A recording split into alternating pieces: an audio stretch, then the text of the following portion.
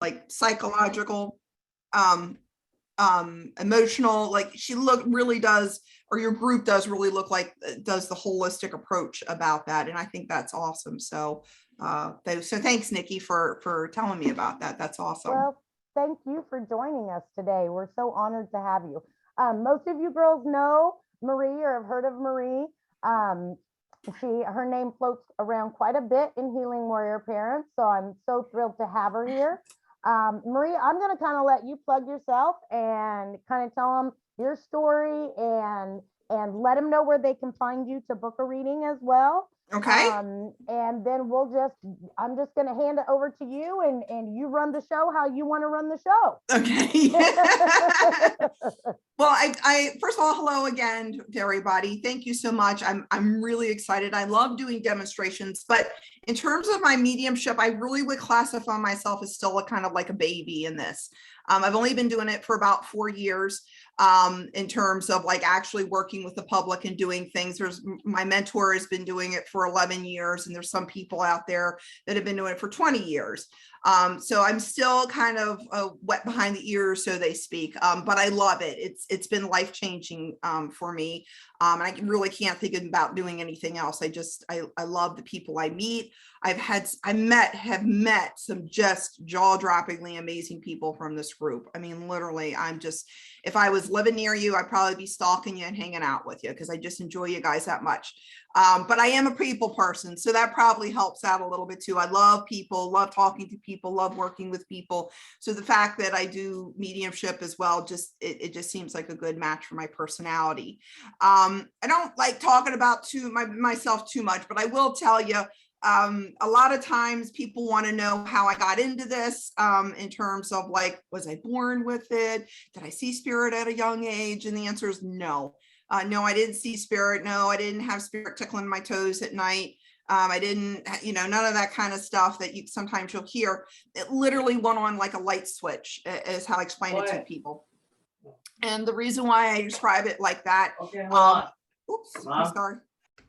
So that's okay. Sorry. That hasn't started yet. I haven't started any readings yet. I can't hear anything right now. I'm trying to talk.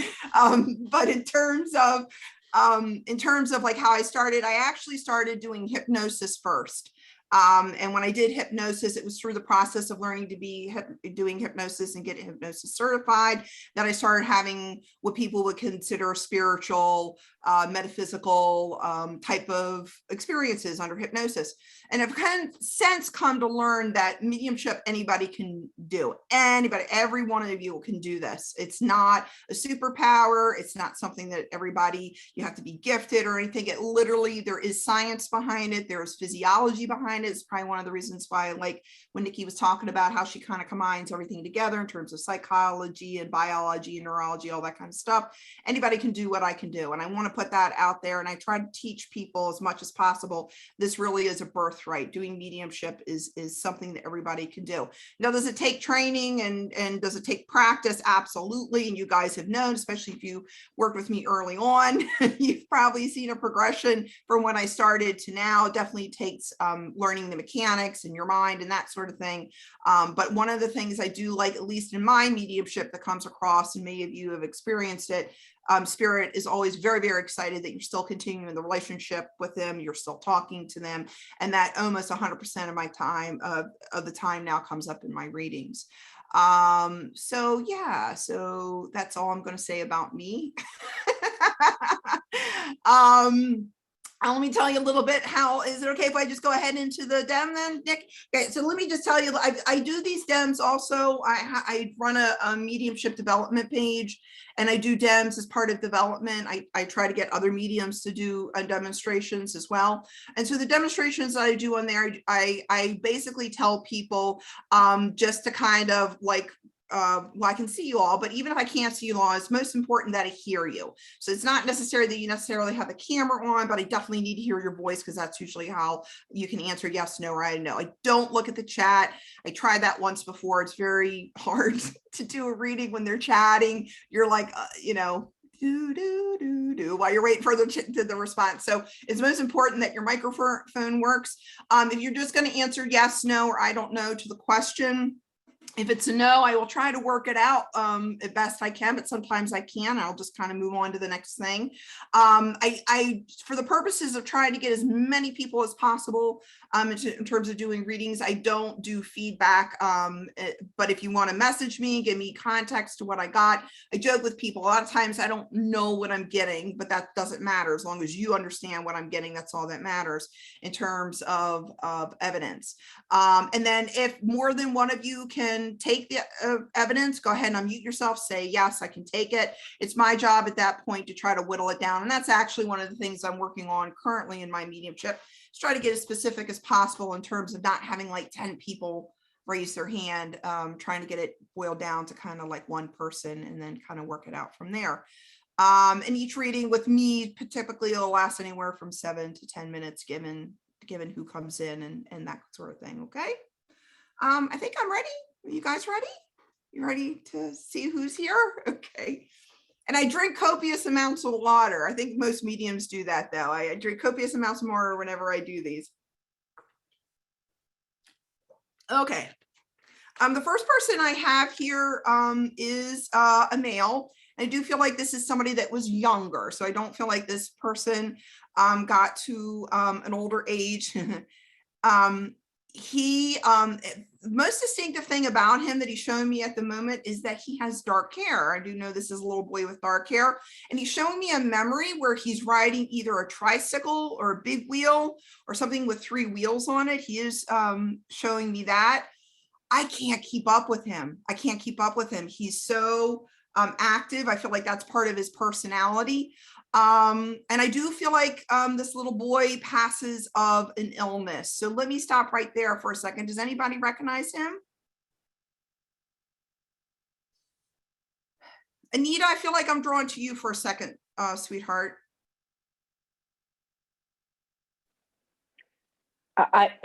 Mine wasn't a little child. Okay.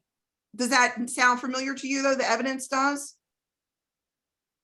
If not, don't say no. Say no if it doesn't. Well, when he was little, he was okay. like Okay. Do you understand the dark hair? The dark hair seems to be yes, that's true. Okay. He's making me giggle and laugh. I got to talk about this memory surrounding this feels like a big memory that you would have had, because he keeps showing me all over. Where you moved on me. Where did you go? There you are, Anita. Sorry, the camera's moved. I feel like there's something about either you have a picture of him on a 3-wheeler, I can't remember that, big wheel, something like to that nature. He keeps showing it to me. Would that make sense to you? Maybe. Okay, let me don't stop. have a picture though in the house. Then I might not be with you then. I'm going to throw it back out there. I have a little boy here. At least he's presenting to me as, nope, he won't let me say adult. It's a little boy. He's talking about how he's a little boy. So when I say little boy, he did not get to teenager years. I got to go back down. Does anybody recognize a little boy? I don't know an age yet, but when I connect to you, I could probably get a little bit better at the age.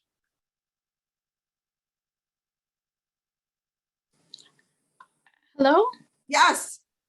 I have a little boy in spirit, but I'm not connecting with the tricycle or the dark hair. There's something, not dark hair. Brown. But okay, not, brown. I can take. It's not blonde. He's showing me that it's not blonde. It's definitely darker hair. I think it may be Antoinette, but also I have a little boy, but he didn't. He had he did a lot of riding with tricycles, but he didn't have dark brown hair. Yeah, I got to take the break here. Let me figure this out. Yeah, it's not you guys. He wasn't yet. It's not you guys. It's me. He keeps showing me, and I do feel like this. Let me go to reason for passing. You showing me an illness, so I do feel like it's an illness. Yeah, both of us have illness. Both of us. Okay, and I do feel like this is a cancer connection with regards to the illness. Would that make sense to you, Debbie? Both of us. Both of us had. Oh my goodness. Okay. Sickle cell or some type of blood related cancer. Would that make sense to you, Debbie or Antoinette? Medulloblastoma, my son had. What is that? Neuroblastoma. Oh, I'm so sorry, guys. I don't. Yeah, it starts in the head and then it went to spine. Debbie? His was with the nervous system, so it's all over the body. Mm-hmm. And Antoinette, all over the body. Spine and head, mainly head.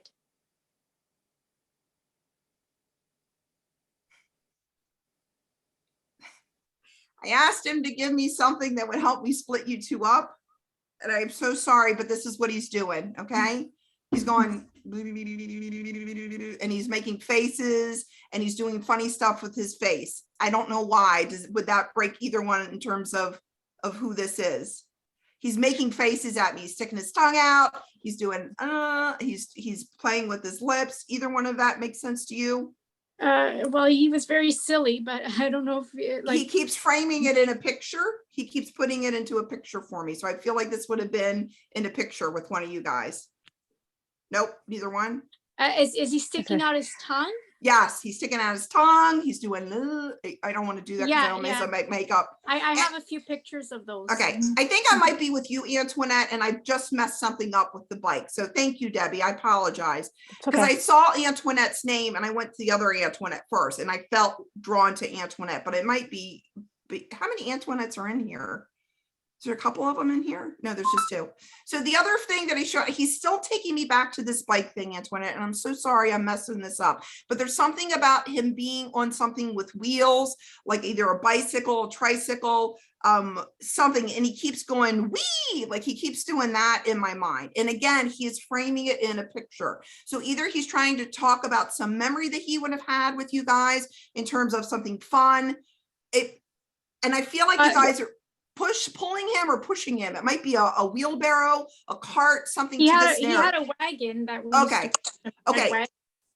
The pulling, and it's the wheel part that he keeps having me focus on. He keeps going, wee, or fun, or like he's telling me exactly where to go, how to go, that sort of thing. Very outgoing, very giggly. Like I feel like he would just go up to somebody and start talking with him without any problem. Would you understand that about him? Yeah, he was very social, like very talkative and old soul. He just said old soul. Not that he considers himself an old soul, but I feel like people in life would have called him like he's an old soul, or he definitely was. Yeah, okay. It is. Okay, so he's expressing that to me.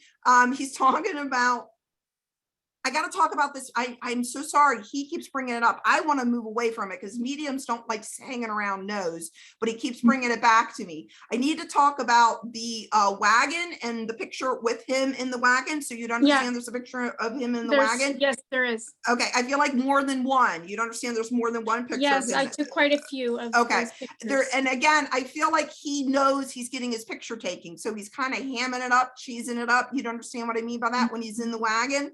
Okay, there's also a feeling of like you taking these wagon pictures and you posting them, or you're sharing them with other people. And he's saying thank you about the sharing. Would you understand that? Yes, I put him in a memory book. Okay. I didn't land it yet because he still got me here. So would you understand that it's not just a memory book you put it in, but maybe you put it in like an actual like little frame or little card, because he keeps putting a border around it. Would that make sense to you? Like one of the pictures. I put it in a memory book of him in the wagon. He just said front and center. Hold on. Front and center. And then I think he's just talking about the memory book then, because he keeps putting a border around it or making it look like a square. And then I feel like we're going into a different direction.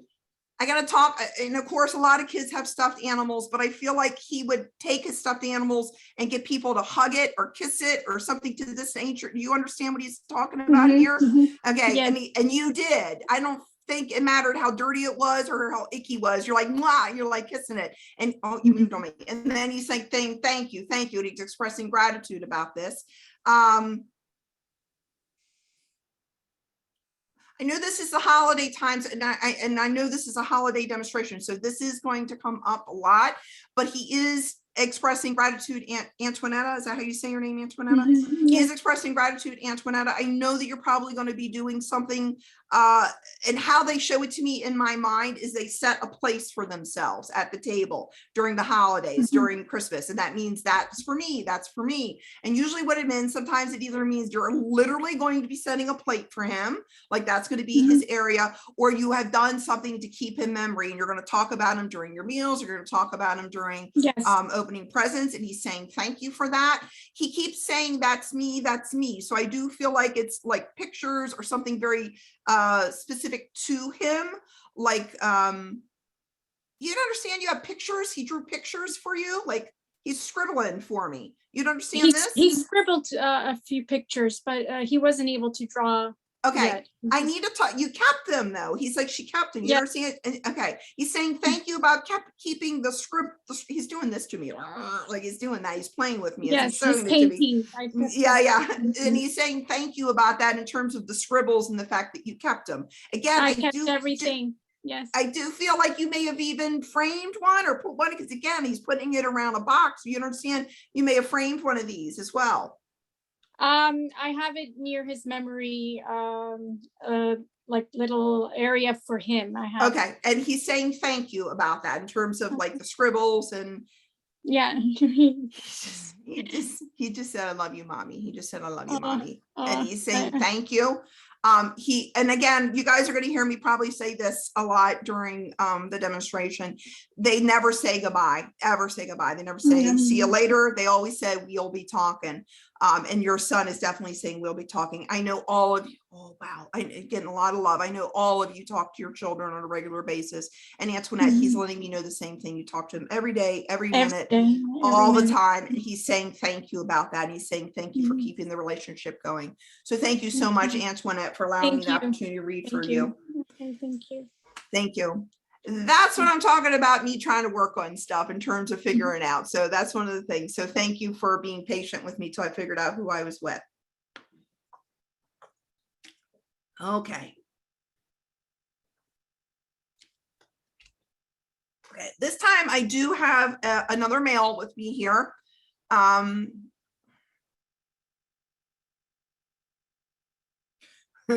I do know this male is not a little kid. So this one definitely is somebody that got to an older age. So this is somebody that's teenager, young adult. I want to say more in the young adult age.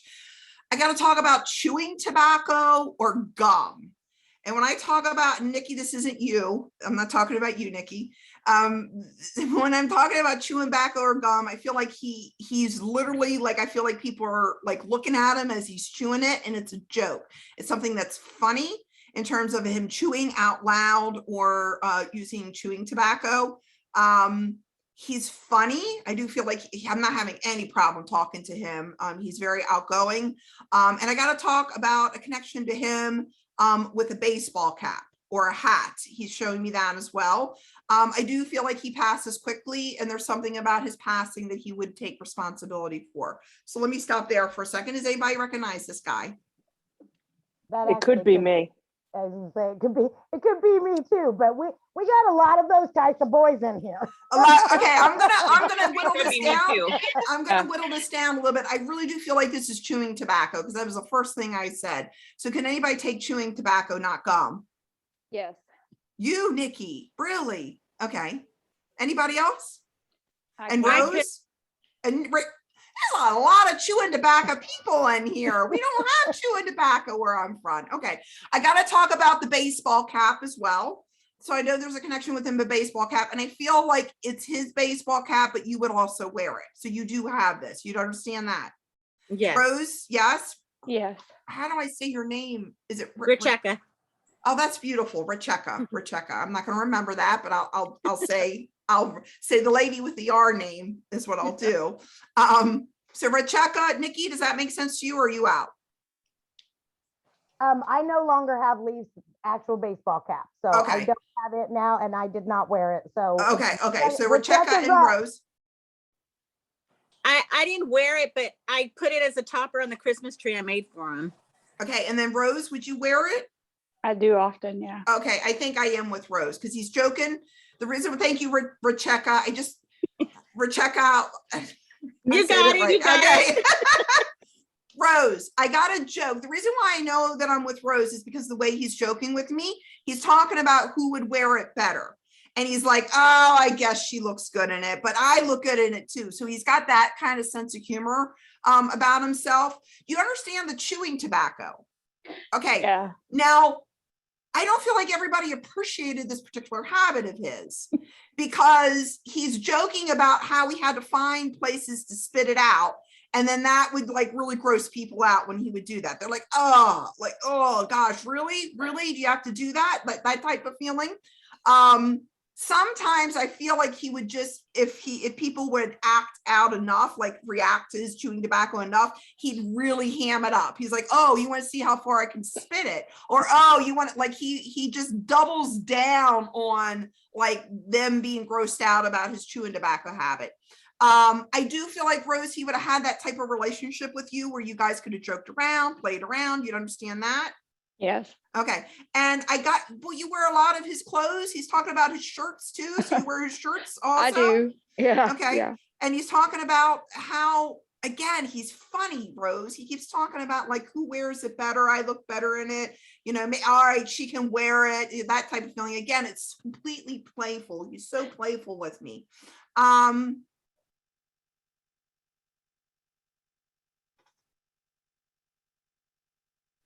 Rose, feels more. He's giving me very, very emotional, Rose. And the emotion that he's feeling is love. He's filling me with so much love for you. There is an apology here to you as well. It has to do with the circumstances around his passing. So you'd understand that he would be apologizing to you. Okay. I do. Yeah. Okay. He is taking 100% responsibility. I feel like you've had this conversation with him already in your own private time, in your own private way. And I feel like you have felt that he has apologized to you, owned things to you in terms of the circumstances around his passing. You'd understand that as well. Yeah. He's saying stupid. That was stupid. That was stupid. And I feel like you would have said the same thing to him, like, you know, and he's acknowledging, he's like, yep, I understand. He is, I gotta tell you, Rose, I don't feel like this would have been your son in life, but he's letting me know how proud he is of you. In terms of like how he understands, and he's been with you every step of the way. I feel like you need to know that. The reason why he's bringing that forward is because you wanted to know if he's there. There's this belief that he is, but he just wants to validate. Yep, you're right. I'm there with you every step of the way, every step of the way. You'd understand why he's bringing this up. I do. There's a feeling here, you telling him, I can't do this without you. I need you. I can't do this without you. Please let me know that you're there. I cannot do this without you. He's like, absolutely, absolutely. And he just wants to validate that for you. I need to talk about a male connected to him and connected to you. Okay.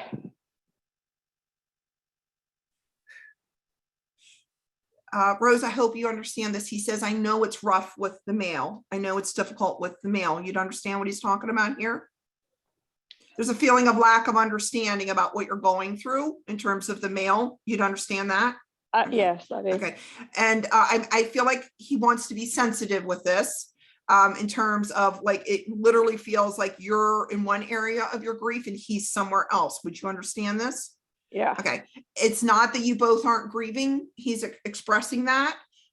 It's just, you're different. You're different. And this comes a lot up in my readings as well, Rose, but you're just, you know, he's there. You're more in touch with him. And I don't want to put it in levels, but you just feel like you're further along the race in terms of this path than the male is. You'd understand what I mean by that. Okay. Yeah. He's saying thank you, though. There's an expression of gratitude for you, again, in terms of keeping the communication going, keeping the relationship going with him. He really, really, really, really loves that you're doing this. You're not bothering him. And the only reason why he'd be bringing that up is like, you're wondering, like, I don't want to bother you, but I really miss you. It's kind of like one of those type of feelings. You understand that? Yeah. You're not bothering him. He's stuck to you like glue. I had somebody else in a reading recently, I know, and maybe even somebody in this room, their communicator said, well, where are they up there? And the communicator's like, no, I'm not up there. I'm around here. And when they showed me that, I felt encompassed by them. And that is what your son is showing me. So he's not up there. He's not separate from you. He's not, you know, he's being funny, Rose. He's like, I'm not in China. He's like, I'm right here. And so he's just letting you know, like he surrounds you, he encompasses you. And I feel like I need to validate your experiences with him because he says, you know, when I'm near you, you know, when I'm around. And I just felt it. I just felt like I felt all this energy and this love. And he says, you felt that as well. You'd understand this as well, Rose? Yeah. Okay, that's not you making it up. That's him. He wants to acknowledge that. So please know. And again, I asked him if there's anything else he wants to say to you. Again, there's an apology here. There's an ownership here of the circumstances around his passing and how your family and you have had to deal with it since then. And he's acknowledging, is like that. I understand, but he is absolutely there. He's reiterating it every step of the way. And he's saying, thank you, Mom. And he's actually saying thank you for wearing his clothes. He's like, yeah, I guess you look good in it. I guess you look good in it. He's smiling with me. So thank you so much, Rose, for allowing me to read for you. I really do appreciate it. Thank you very much. You're very welcome. Okay.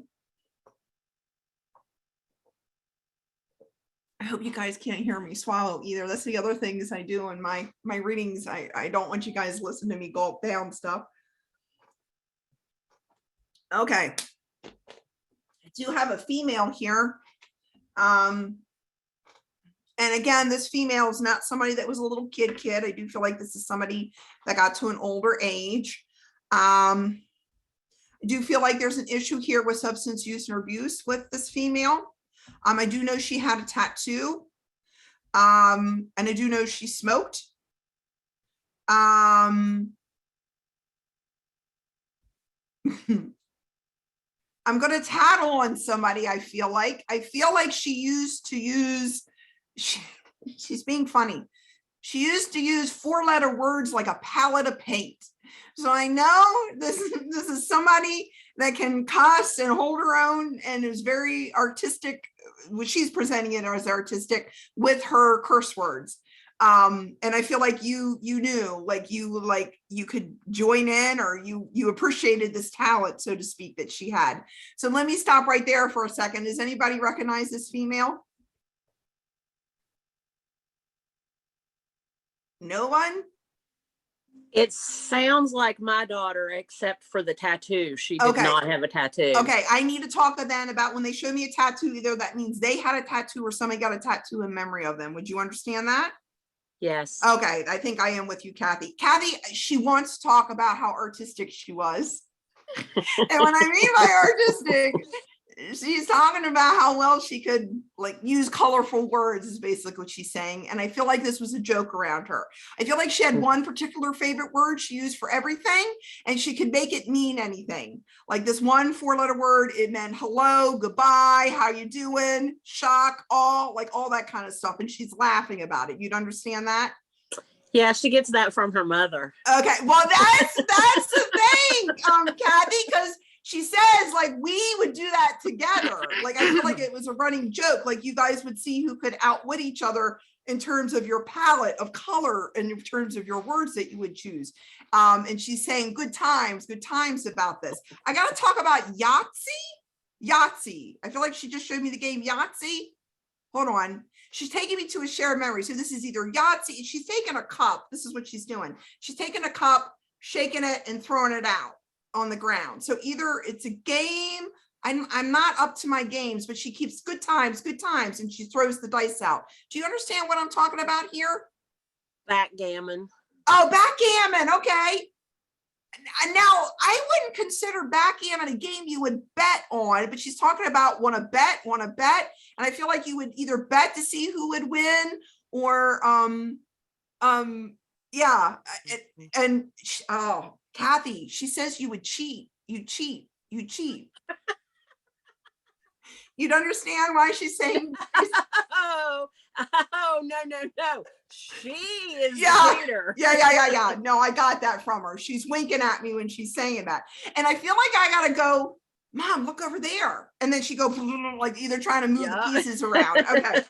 Like, oh, I'm thirsty. Can you give me something to drink? I'm really thirsty. And then she, so she's saying thank you. Again, good memories, good times that she has about this. Now, Kathy, your daughter, I say this a lot, in terms of people and parents, but your daughter is attractive, and I feel like people would have said she was a pretty girl. You'd understand that?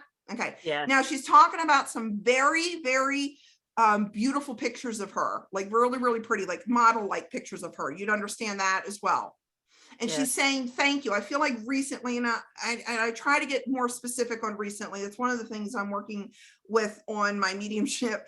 But recently, within like the last 6 months, I feel like we've done something to these pictures, like either like made them sepia or black and white or something like that. But you've done something very creative with her pictures and the pictures of her. And she's saying thank you about this. You'd understand that? Yes. And she's saying beautiful, beautiful, beautiful. And she's saying thank you about that. And she's also showing me that you would have shared it with other people as well. You'd understand that as well. And again, I feel like, again, it's just beautiful. She's saying thank you. Whoever you shared this with, also I said, oh, Kathy, you've done a really good job with this. This is really honoring her well. And she's saying thank you about that. You'd understand that as well. Yes. Okay. She's taking me to a different direction. Gosh, she's funny, Kathy. I got to talk about burping contests. You guys would burp to see who could burp the loudest. Yes. Oh my goodness.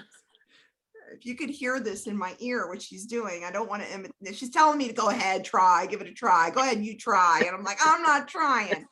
But she's like, burp, like the longest, the loudest. That's like, yeah, that type of thing.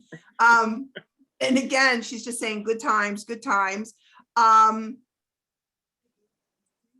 She's funny. I got to talk about,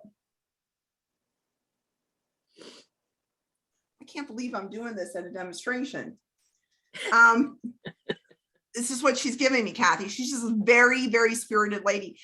I gotta talk about how she would blame, sorry, everybody, farts on other people, or she blame Yes. about.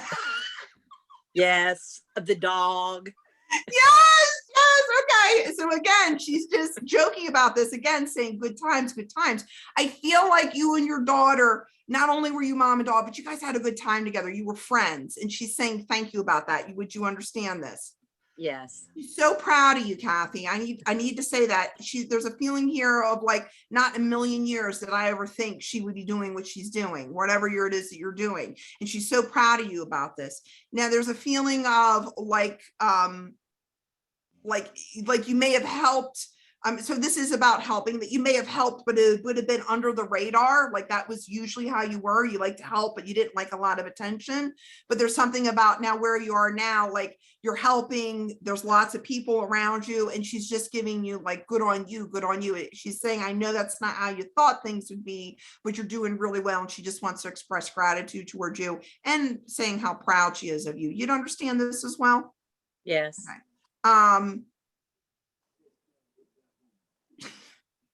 She's telling me about how you've had to learn not to cuss and burp as much as well. You'd understand that? Yes. Okay. She's so funny.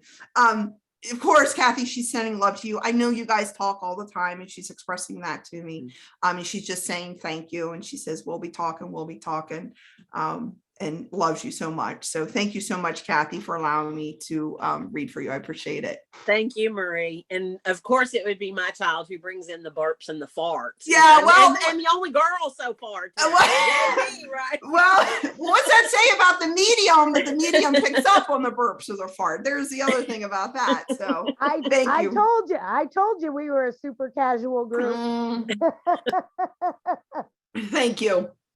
Okay.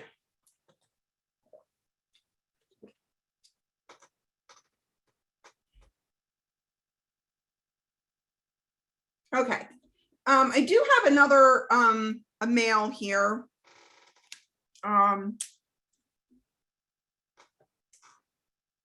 In this mail, I'm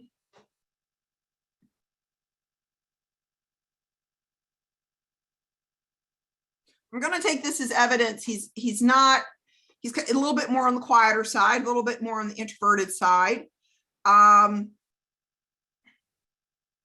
But he's sensitive. I do feel like he's sensitive. I do feel like this is somebody that got to And again, not a little kid. I feel like this is somebody that was young adult.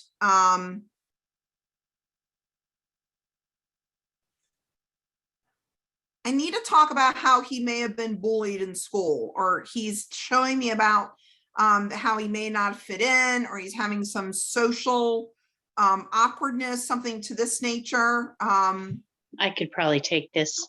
Okay. Peggy, do you understand you tried to help him with this, the social awkwardness? Because there's a feeling of gratitude coming in about this. Like you tried to. Yeah, I think so. Okay. Yeah.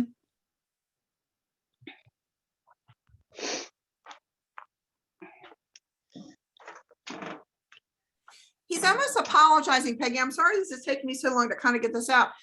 First of all, he is difficult to talk to, and there's almost an apology about how he was difficult to talk to. Even with you, he says. I feel like out of everybody, like you could have talked to him, you could have gotten him to open up, but there is a feeling of like him type of shutting down sometimes when you're trying to figure out what was going on with him, what was wrong with him. Would that make sense to you? Yeah. Okay, and I feel like I got that would definitely make sense. And I need to say to you, though, the reason why he's bringing that through like that, he's like, it wasn't you, it was me. There's a feeling of here, like you trying to get through to him, but maybe feeling, especially after he passes, he's like, you know, she thought she could have said something or done something. He's like, no, it was me. Would you understand that? Yeah. Okay. I'm actually getting a lot of downloads now of things that that happened, and just a lot of downloads. Okay. So, I feel like the main reason why he's bringing this in is more for a soothing or an easing in terms of this.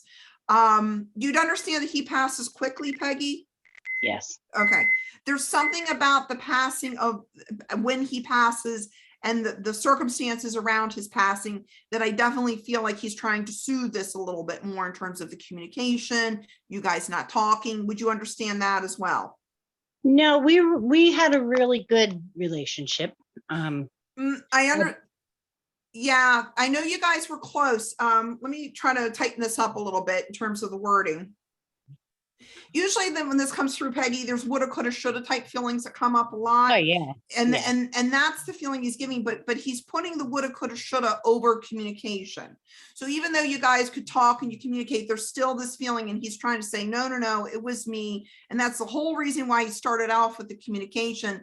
Like if I talk more to him about this, or if I'd reached out more, or if I brought up this topic, it's kind of like one of those feelings that maybe this all could have been prevented. When I word it like that, does that make sense to you? Yeah, but I Okay. am at the where I do accept that it is what it is, and Okay. I couldn't have changed. And he But just did this yes. to me. He just did this to me. He just gave me a thumbs up. I'm not sure if that's what he would have done in life or not. Yeah. He just like, yep. And he's like putting it right by his smile. He's going like that to me. Yeah. He's so messagey, Peggy. And I asked him, I was like, why aren't you giving me more evidence? Because she knows. So usually when they do that, that usually means that you're very comfortable in your relationship with him and your dynamic with him since he's passed. You'd understand that? I definitely understand that. Okay. And I don't feel like it's a matter of believing, Peggy. You know when your son's with you, when he's communicating with you. It's not like I don't need belief. I know he's there. You'd understand that as well. I definitely know he's here. Okay. Trying to make He my just- cookie. I was about to say, he just made a joke. He's like, he said to you, I'm not helping you with that. I'm not helping with you with that. He's joking. Yeah. So, He would be my go-to guy. okay. He would be the guy. Mike, can you help me? Yeah. He's joking about it. I know. But when he would come and help you, it's funny the way he's showing it to me. I feel like he's like sitting somewhere and you're like, hey, can you help me? And it's kind of like, okay. And then he gets up and kind of goes type of thing, but he does help you. He does do something, does pitch in and will offer to help. He's taking me into a different direction I got to talk about a vehicle connected to him or a car. Would you understand this? No. Something's in No, the he didn't car. No, it's okay. Something's in the car. He's talking about thank you. And there's something in the car being kept in the car that is of him, in memory of In him. my And he's car. saying thank you. Yeah, okay. And he's saying thank you. And the Yep. next thing he's joking about is how you take him wherever you go. She's like, she takes me wherever she I goes. She do. takes me wherever you go. And he's saying thank you about that. He's saying you talk to this thing as well. You're like, hey, I'm heading to the store now. This is where Let's like, it's go, kind Mike. of like that. Yep. It's that everyday type of conversation that he is appreciating and he's saying thank you for. And again, I know this is a holiday type of demonstration, a holiday type of reading. Again, I'm getting the same thing that I would have said before about how I know you honor him. And again, he's shown me the place, like they're setting a place for me. I have my place during Christmas. And you make, I want to get better at this, but I know there's a food that he likes that you make. I don't think a lot of other people like this particular dish, but he does. Would this make sense to you? I make a cheesecake usually. Okay, every okay. Christmas. And I don't feel like everybody likes cheesecake, but you did it for him because he liked cheesecake. You'd understand that? Yeah, sister Okay. can't stand cheesecake. Okay, because he says not everybody likes this, but I like this. And he's like, Yeah. thank you. And he just loves you. He just is, again, sending so much love. Peggy, the other thing that he's bringing through in terms of gratitude, he really, really does like that you know that he's there.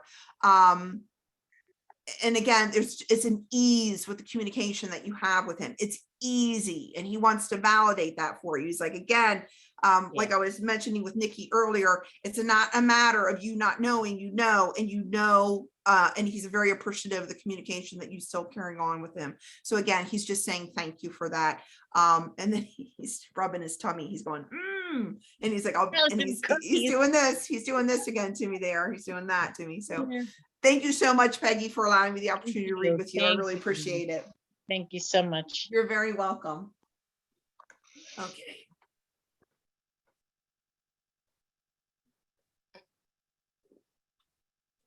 I'd have to get another bottle of water. I've already gone through two. A lot of energy in this room. Okay.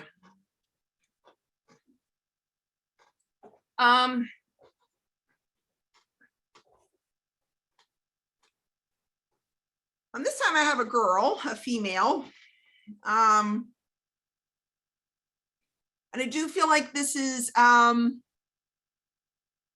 somebody that did not get to teenage or adult years. I feel like we're talking little or kid.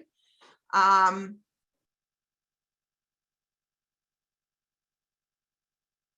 know there's a Cancer connection to her.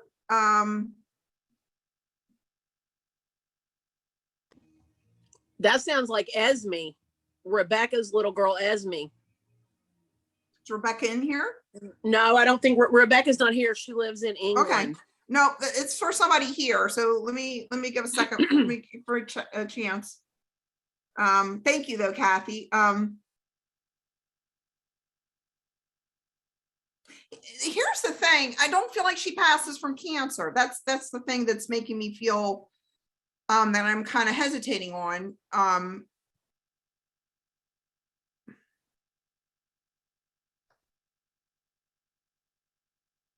But I feel like her passing is quick, but she keeps separating the Cancer from her passing. That's the part that's confusing me. Sarah, does this person make sense to you? My daughter had leukemia. She passed very quickly, 26 days after she was diagnosed. She was 13. Okay, let me go a little bit further. I do know the passing's quick. She is showing me that. I'm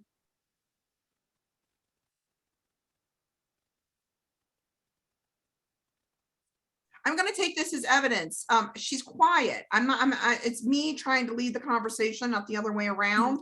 Would that make sense for your daughter, Sarah? Sometimes. Okay. Let me get a little bit more specific.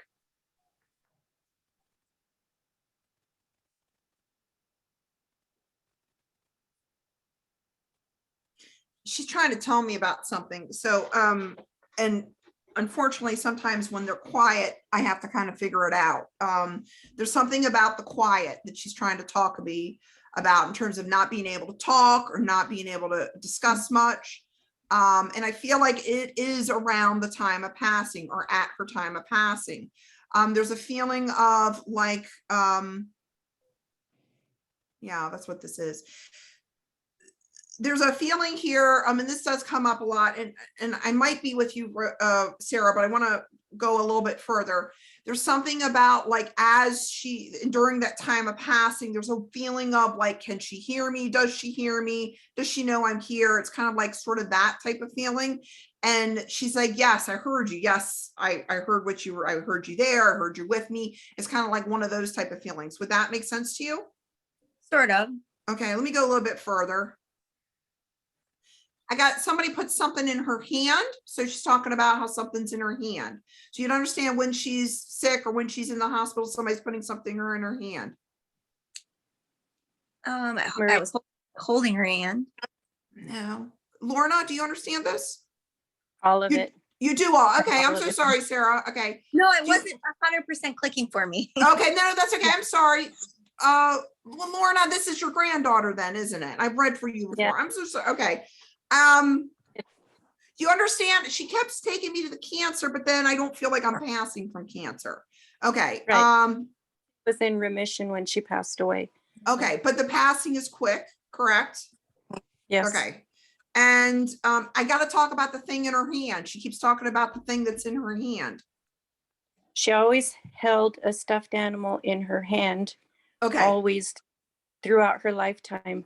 But when we had her funeral, we put her cell phone in her hand. Okay. In the casket. Okay. Now I'm going to go one step further. I need to talk about how she's saying, yes, I could hear you. Yes, I could hear you. And she's putting it in the hand. So as I'm putting something in the hand, somebody is saying to her something, either in the mind, and like, I love you. I'm here, like that type of thing. And she's putting the two together. So would that make sense to you, Lorna? Yes. Okay. I am with you then. It is for you. Okay. You still have the phone though? Yes, you still have the phone? Okay, there's No. something about what was on her phone is on another phone then, because she's showing me it was here and now it's here. So you'd understand how things are transferred over. Yeah, And her phone was on my account. I transferred all of her information and everything because they were linked. Okay. I am so giddy about whatever you put on your phone that you still have. It's either pictures, movies, items, mementos, those type of things. And she said, good idea. She keeps saying that was a good idea. That was a good idea. And she's saying, thank you about that. I'm still at the time of passing. She's taking me to the time of passing, Lorna. I need to talk about people seeing her after her passing, and still, again, there's still this feeling of like wanting to know, can she hear me? Is she around? And she's just validating, yes, I can. I don't feel like it's just with you. I feel like it's another person as well. And she wants to validate that as well. Would you understand that? Yes. Okay. She was on life support. She was on life support for 48 hours. Got you. Now, you mentioned this, as you mentioned the life support, she's mentioning the stuffed animal that you mentioned before. Do you understand there were stuffed animals with her while she was on life support? Okay. She's saying thank you about that as well. I know you still have those stuffed animals or those little, she's showing me more than one. A lot. Well, I feel like you almost have them on display. She's like here, like they're either lined up or on a shelf or something to that nature. There's a collection. She's talking about how she collected a certain type or certain brand or animal. Okay. Animals. She named them all. You'd understand that? She had a name for them all? But she probably did. Okay.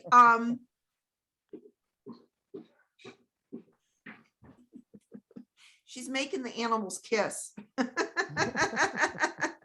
She's like, mwah, mwah. She's like showing me how she would have made the stuffed animals kiss. I need to talk. I asked her if there's anything else that she wanted to say in terms of the thing she's going back to right now is the phone. She's saying thank you again about whatever you transferred the phone. I feel like, Lorna, whatever was on there, and again, I feel like this is in the last 6 months or so, you may have reviewed or looked at stuff that was from her phone on your phone. You're like flipping through it, reviewing it, and you're talking to her, you're communicating to her at the same time. She just wants to validate, yes, that was me. Yes, I was with you. Kind of like what I said to the other lady before, who I was just reading. You just know, it's her, she sees around, you have this instant knowing. She's like, thank you about that. It's not a matter of believing, you just know when you're having a communication with her, and she just wants to validate that for you. She's saying thank you again for talking with her and being with her. And of course she loves you. Thank you so much, Lorna, for jumping in. Thank you about that. Thank you, Marie. Okay. I got time for one more. I hope you guys have time. Is that okay? Do one more, Nikki? Is that okay? Okay.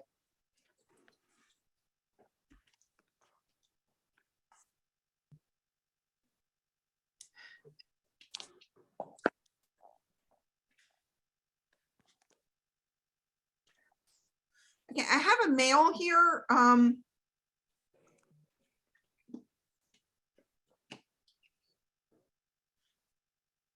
feel like this male pass is actually from a medical condition.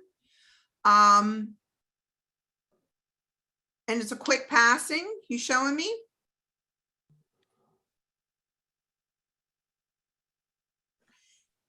And it's heart related. It's chest related. So I feel like it's just either It could be me. It could be me. Okay. It's quick. He keeps showing me quick, Yeah. quick. That day it was very quick. Okay. Because his heart gave out on him. And you'd understand this is heart related, Antoinette? Well, I mean, that day it was, but Okay. not necessarily like why. I mean, the cause, it was heart failure at the end. Okay, because I feel like, and the other thing, he's making me feel like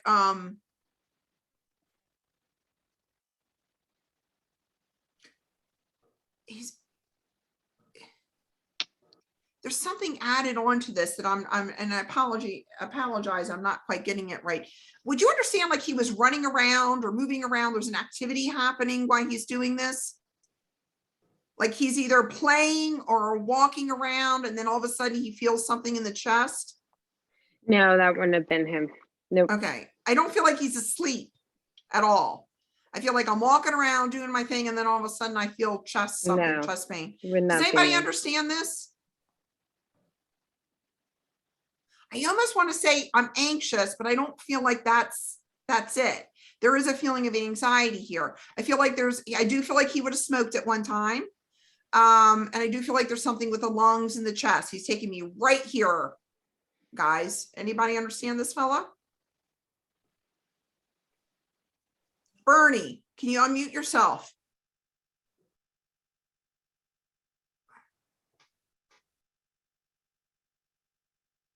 Bernie, I can't hear you. Pam, is that you? Well, he wasn't running. I feel like he's walking. He's trying to show me I was doing an activity, then all of a sudden it hit me. So he's walking around doing something, and then he's like, well, that's not right. And then it out of nowhere, it just hits him. Would that make sense, Pam? Well, when I found him, he was trying to get his breath. So he was standing up. I don't know if that. Yeah. Do you understand? Well, I want to hear from Bernie. Bernie, can you, are you there? I am. Okay. Could you hear me? Now I can hear you. Hear you. I can't relate to this. No, I mean, some of the things, but maybe, you know what? He passed from an accidental drug overdose. I don't know if he was standing or not. No, it's not him. Yeah, I have a different symbol for that one. I feel like this is more medical related. And I feel like it's chest. He's making me feel anxious, but he's also making me feel like it might have been medical. So Pam, does that make sense for you?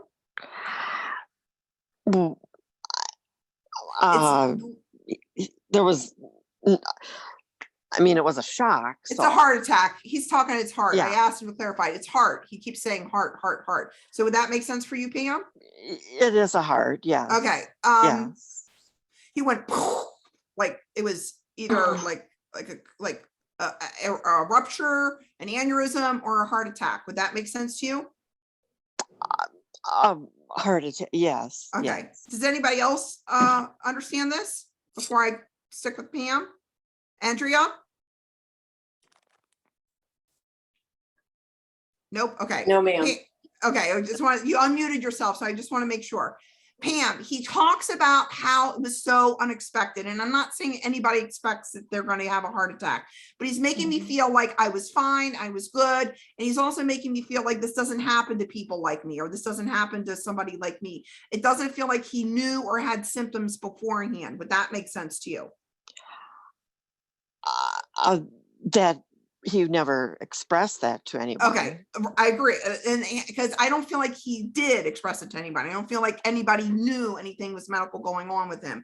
You'd understand that. Yes. Okay, and he used to smoke at one time? Yes. Okay, so he's putting the two together. He's being kind of like this didn't help in terms of the smoking, but I don't feel like he's the type of person to go to the doctor either. So he's not the type of person to go get checkups, to go see how he's doing, that type of thing. He's also saying though, like, I feel like in terms of like walking around, moving around, there's a feeling of people being with him saying, maybe you should go get that checked out, or maybe you should go see something, and he doesn't. Would you understand that? Okay, now that's where he's coming in. This is where the soothing is that he's trying to express. There's a feeling of like, I should have pushed him more, I should have told him more. He just said, this is his personality coming out. Sorry, Pam. He's like, they wish they kicked my butt more. Like, it's kind of like that type of feeling in terms of like getting me to see somebody taking care of me, that type of thing. But again, I feel like during his age and who he is, he's just like, he's invincible. Nothing's going to happen to him. You know, that type of feeling. And again, it feels like when he's walking around and moving around, it happens pretty quickly, pretty instantaneously. There's almost an apology behind that to you, Pam, in terms of how quick it was, how fast it was. And there's an apology behind that. He's saying, I'm sorry. There's almost a feeling of like, he knows that's kind of like one of the last thoughts that you had of him, the last thoughts that you saw of him. And he's apologizing. He goes, but you know, he's doing this to me. He's like, you know, that's not me though. He goes, you know, that's not me. And then he's talking about how he's the type of person that needs a good kick in the pants. And that's the person he is. So again, there's a feeling of gratitude.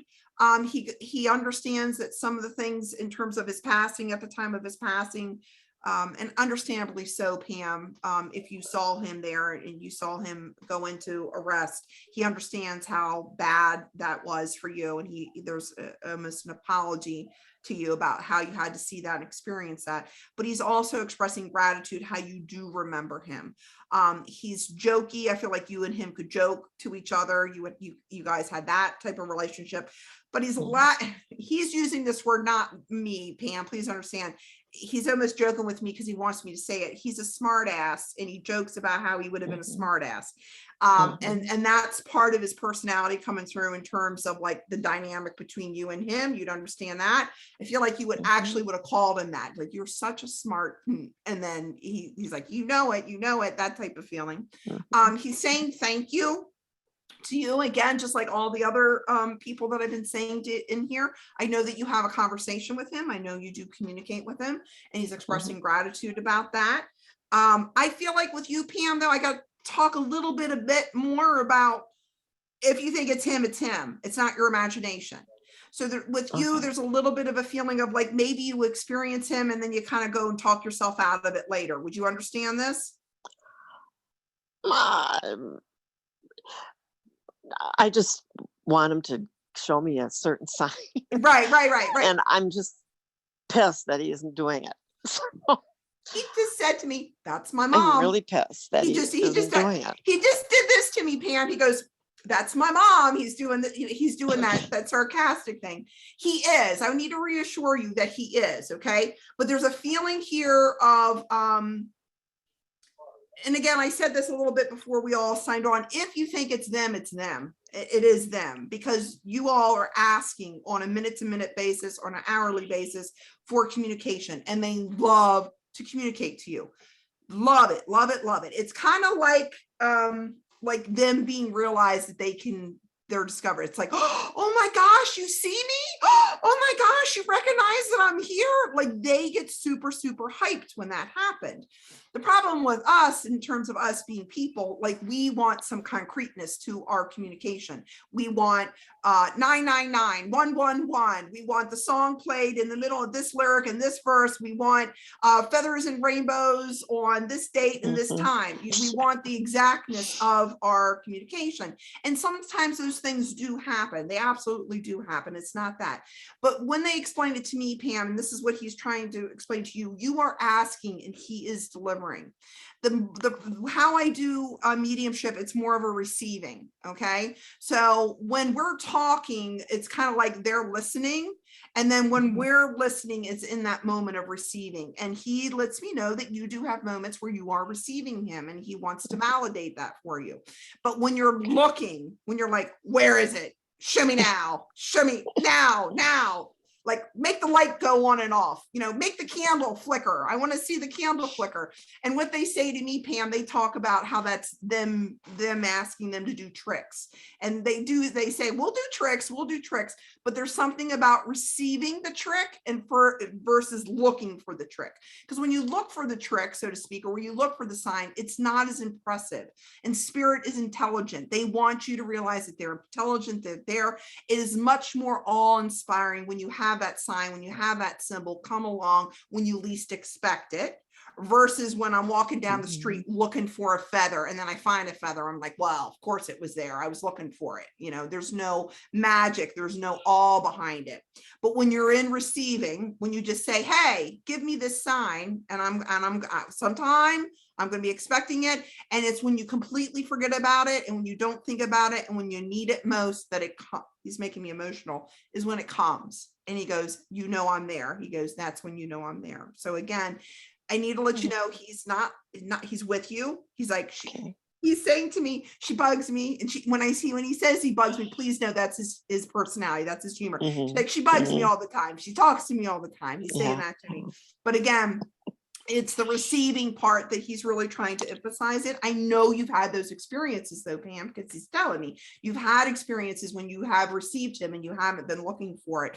And that's when he says, that's when it happens. That's when the magic happens. And he's saying, thank you. He's expressing gratitude towards you. He wants to make sure that he's absolutely with you, bugging you and pestering you and joking with you and loving you as well. Okay. Good. So thank you so much, Pam. Thank I appreciate it.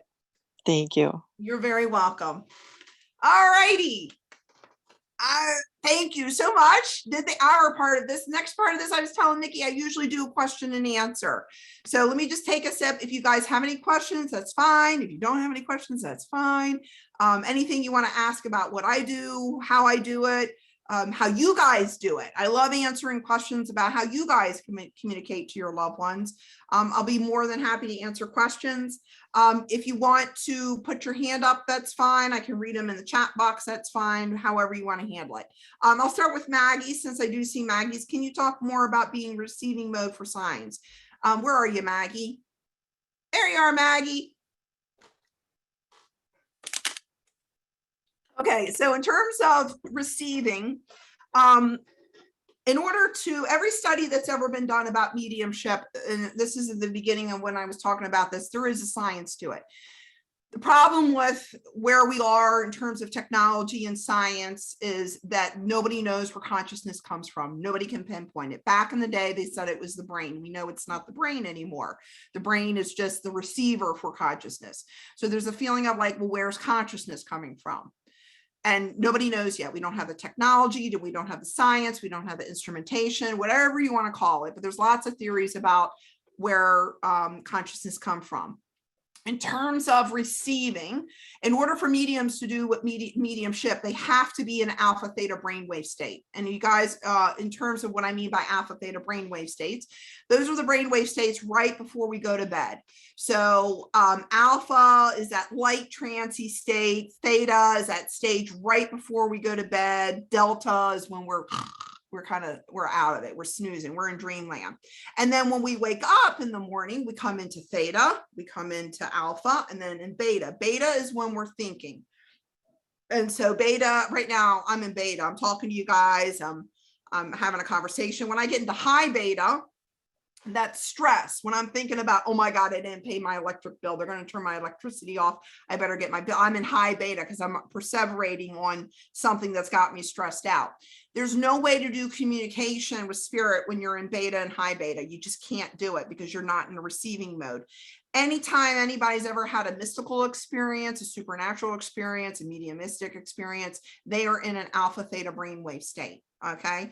And so if you ever think about kids, they always talk about kids. I was joking in the beginning with Nikki about how kids, they always say they see grandma or grandpa or something like that. From the ages from 2 until 6, kids are in a theta brainwave state. That is in the imaginary state. That's when they have imaginary friends. That's when they're receiving stuff. They are in complete receiving mode. And that's also when psychologists talk about how they're little sponges. So whatever you say to them, they kind of get stuck in their subconscious and they play over and over and over in their mind. When they're from the ages of 6 to 12, they're more of an alpha brainwave state. Alpha is kind of like that light trance state. Like if you're going to work, you've driven the road a million times, and then all of a sudden, boop, you're there. You don't know how you got there. You just know you're at work. You left your house and then you zoned out, and then all of a sudden you're at work. It's the same brainwave state you do if you're doing something repetitive. They call it a flow state as well in terms of alpha. So receiving mode, receiving means I am in kind of a light trance state. I'm kind of in this receiving mode state. It's when you're not thinking about it. Because when you're thinking, you're automatically putting yourself in a box. You're not allowing inspiration to come in. You're not allowing, anything to come in. You hear all the time about people doing meditative states and in meditation about how they receive, some really inventors, they were kind of zoned out or sleeping. They thought of inventions in those modes. So the theory is that's receiving. Now, are we thinking of those things? Are we getting them from our higher selves, from our loved ones, from our family? Who knows? Because at this point in time, we don't know where consciousness is. We don't have a map for consciousness. We don't even have a map for the non-physical or the spirit world. But we do know that we receive things, and we receive inspiration, and we receive communication with our loved ones. There's people that go into deep meditation in terms of getting into the theta brainwave states. They come into contact with loved ones. When I've done hypnosis with people and I've got them into a nice deep theta brainwave state, they have communication with their loved ones as well. So again, it's science. There's definitely in science for it in terms of receiving. One of the things that you'll hear most about people trying to communicate to their loved ones is that they are trying. So I was semi joking with I can't remember who I was just talking to. Who was I just talking to? No, not Maggie, the lady I just read. I can't remember who it was. Pam. Oh, Pam just left. When I was semi joking with Pam, but I was being serious. Like, she's looking for it, but when you're looking for it, it's if I put myself in the box, I can't see or sense or feel anything outside that box. So there may be a sign or a receiving out here, but if I'm focused on one thing, I can't let it in. And that is the battle with mediumship. Mediumship is all about getting out of the bloody freaking way, getting out of my head.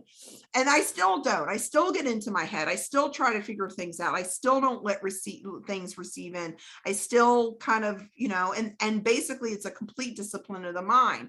But the nice thing about our relatives and the people we know them better than anybody. So receiving them is better because we have that connection, we have that love. Now, the argument is, well, you can't prove it evidentially. In my opinion, it doesn't matter. You don't need to prove it evidentially. They are your loved ones, your connections. You know them better than anybody. Medium isn't me. I'm not going to know them as good as you all know them. So a medium is going to know, I'm not going to know them as well, but I know my grandma pretty good. When she comes through, I feel her, I sense her, and I just know her. So that's what I mean by receiving mode. Any one of you guys, when you go to bed, a lot of people do this when they go to bed. They're like, I'm going to go to sleep and I want you to come visit me in my dreams. Most of the time, they're not visiting you. You're not going to remember in the dream state. You're going to remember them right before you go into this dream state. And then of course, there are some people that do remember and have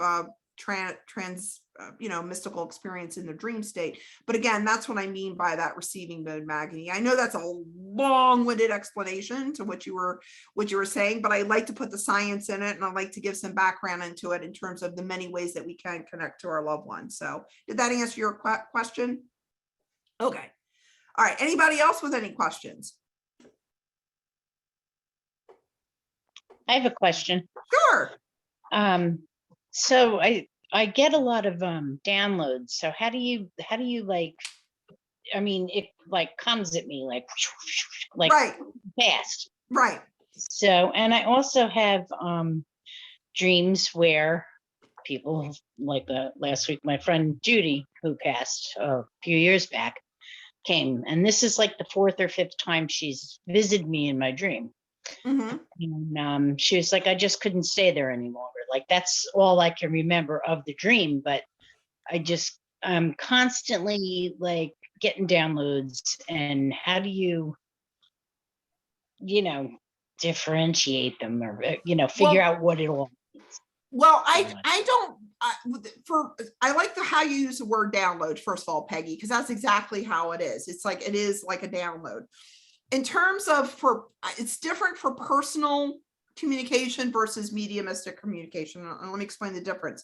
When I'm doing the mediumistic, I'm trying to prove to you all that I'm connected to your loved one. So I purposely need to sift it out. I need to say, I see this, so I can figure out who it is that I'm with in terms of evidence. Okay. But when I'm connecting to my own loved ones and my own family, I don't do that. I just kind of get the overall sense of what they're wanting to give to me, what they're comforting me. And usually my own loved ones are there for soothing, there for comfort, there for upliftment, there for, letting me know that they're there. So I don't try to sift the information per se when it's my own personal loved ones versus when I'm trying to do mediumship. Does that make sense to you? Yes. Okay. Yeah. And then in terms of like figuring out what they're trying to tell you, this is just my opinion, and you can take what resonates with you and discard what doesn't. But spirit doesn't tell you what to do. They never tell you what to do. And I joke with people, if spirit could tell us what to do, I'd ask for the lottery numbers and I wouldn't be here. I wouldn't be seeing any of you, so they don't tell us what to do. And I feel like that is by design, not just the universal design, but I don't think we really want to be told what to do as a soul, as a human being. And I tell people, again, this is philosophical. So again, take what resonates with you, discard what doesn't, but we are of the creator, whatever creator you want to call it, whether it's God, whether it's source, whether it's the great spirit, whatever, the universe, that is all of creation. And since we are facets of the creator, we are creators ourselves. So we come here to create. So in order to correct the free will of the ego self, all that, very good, Nikki. So however you want to word it, that's why I don't feel like we're ever told what to do. Now I can tell you some really bad stories of some mediums who tell their clients, yes, you need to go marry the guy. No, break up with him. No, buy the house. Yes, buy the house. Yes, get the lottery ticket. No, fly on the plane to Bermuda. Yes, that sounds like a great idea. And I don't think they ever say any of that. And there's some bad stories. I'll tell you one story. One of my instructors told me a woman came to see a medium, and her husband got lost in combat or something like that. And she wanted to know if he was passed away or alive. And she wanted permission to move on, is basically what she went there for. And the medium's like, oh yeah, he's in spirit. He wants you to move on. He wants you to go ahead. So she moves on, marries again. Lo and behold, a year later, guess who comes back? It's her husband. And she's moved on with another guy. And of course, this makes big headlines, and she's mad at the medium. This is pure point. This is the reason why I don't think spirit tells us what to do. I feel like we all have an intuition. We all have a gut feeling. And in my readings, specifically with me, spirit never tells us what to do. They guide us how to feel. They know that our power is in higher emotions, love, gratitude, enjoyment, those type of things. And so what spirit does, at least in my mediumship, they always guide to a better feeling spot. And I joke with people, if you ever and my husband can attest to this, if he makes me mad and I say something and I, to him, and as soon as it comes out of my mouth, I'm like, yeah, I'm going to have to apologize for that later. I know it. It's too late. It's out there. I said something I shouldn't have, and it wasn't a good decision. But when I'm in that nice, loving, sweet, oh, I love you state, I tend to make more decisions best in my benefit and best in his benefit. And spirit knows that. So spirit knows when we're closer to them, that's when we make the best decisions for ourselves and for our lives. So I know I went off a little bit on a tangent, Peggy, but the main reason why, when you said what they're telling me, usually the telling is of soothing, is of upliftment, is of, so if ever in your doubt of what they're specifically telling you, that is my default. They're trying to let me know that things are okay. They're trying to let me know that I'm all right, that they're trying to let me know I got this, whatever the encouragement is. If I can't figure it out, I just feel into it, and I know that's where they're trying to guide me. Does that make sense? Yes, it does. Thank you. You're very welcome. I have Go a ahead, Nikki. question Sure. regarding that, Marie. So as far as like spirit not telling us what to do, Leaf can get a little bossy with me sometimes. So that's how I ended up in Florida. He had been dropping hints for a year, and finally I blatantly said, if you are like telling me, like me to go to Florida, to move to Florida, I need you to tell me like right now. Okay. And he did. I walked in, the TV said Tampa Bay, and I was like, okay, I'm packing my shit and moving to Florida apparently. Yes. So I felt like that. I know that now, I do know now that coming here is part of my soul contract, but I don't know that I would have been cognizantly aware of it had he not been the one kind of poking at me, being like, hey, you're looking in the wrong direction, Mom. You know what I mean? So do you feel like, even, I mean, he's bossy anyway, but do you believe that they can guide us to where we want to go? Yes. So like, because since I've come down here, that's when I started grief coaching. Right. We've been, had a really wonderful life for the most part down here. So I do felt like he kind of nudged me here, because it's nothing that I would have. Right. Yeah, I would have never come up with that. Right. Because I would have never come up with that on my own. I'm from Missouri. So nudging is a better word. So when I talk about intuition, we kind of have a gut, like we notice things in our feelings.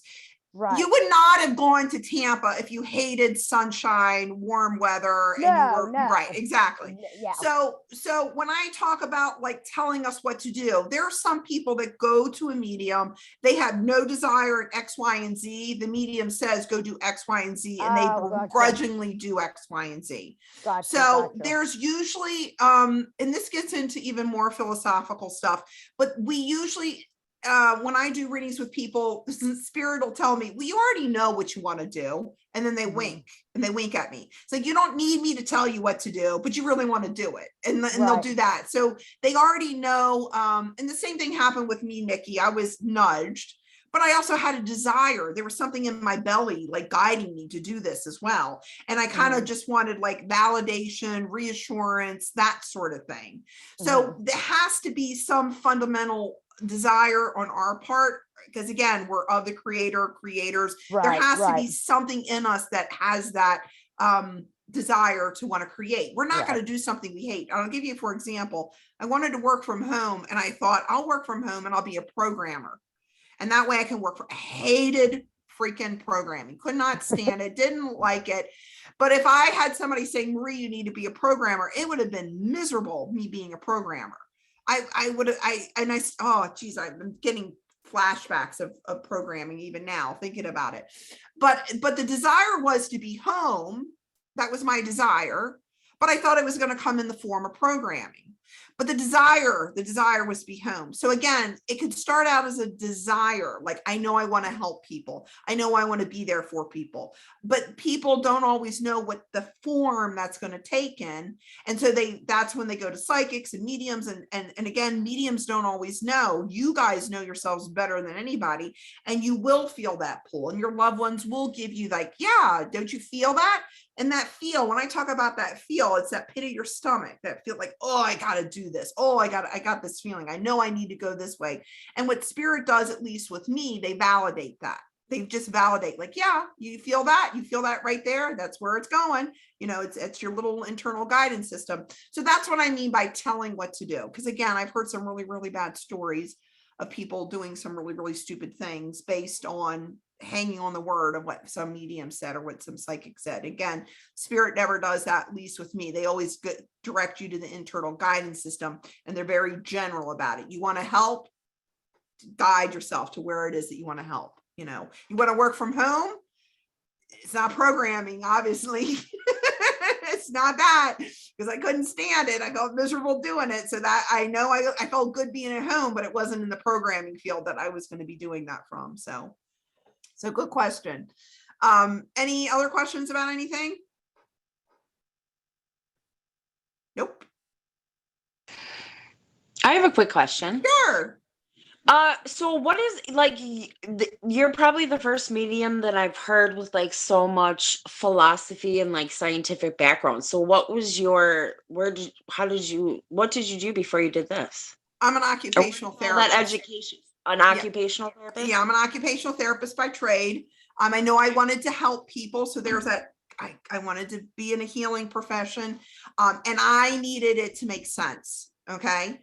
I will be honest with you. If I wasn't doing mediumship, I'd be like, okay, mediums, that's okay for you all. You know, that's your thing, you know, and that's funny coming from me, because I was just like, but I needed the evidence. It had to make sense. And I think most people need evidence. I think most people, in order to be relatable, in order to be factual and authentic, there has to be evidence. And that's what appealed to me the most about evidence. So you know, talk about spirit guiding you and providing, it had to come through hypnosis.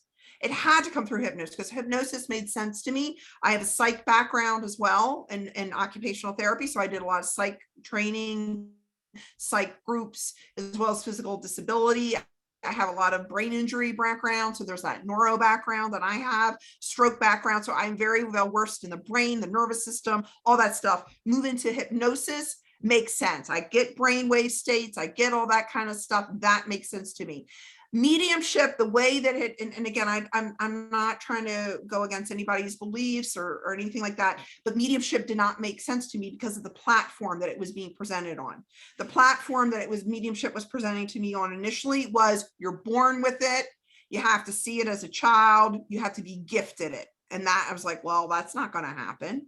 But through the process of hypnosis and me having my own, when hypnosis, it's just like mediumship, everybody practices on each other. So I was getting put under for like 3 hours at a time, 4 hours at a time with all my other, you know, hypnosis students, just them messing around with my subconscious, seeing what I was going to find. Eventually something's going to come out of that. So, and then I started having mystical experiences. And I'm just like, well, this feels real. Well, and then I started seeing their relatives and my relatives. I'm like, well, there's got to be something to this, because it kept happening. So anecdotally, I was getting evidence, and that just made me want to dive into it more. And then I found evidential mediumship. And evidential mediumship to me is where it's at, because if I can't prove it evidentially, and again, most people that come to mediums, they want to believe, but they don't believe yet. They're like, I want to know my loved one's there, but I'm not sure. Help me validate what I think and what I know. And the only way to do that is through evidence. And it crosses all religions, all spiritual beliefs, all cultures. When you can give somebody evidence, they're like, whoa, that's it's got to be real.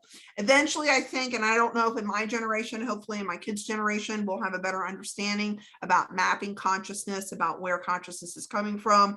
We'll be able to map out a little bit better in terms of where non-physical is, what that's all about. But right now, it's just kind of like, since we don't understand it and we can't put our finger on it in the way, and I think a lot of the answers are in quantum physics and quantum mechanics. I feel like that's where a lot of the answers are, but again, even quantum physics and quantum mechanics, because it doesn't fit into the standard scientific model, it gets put into the woo-woo category.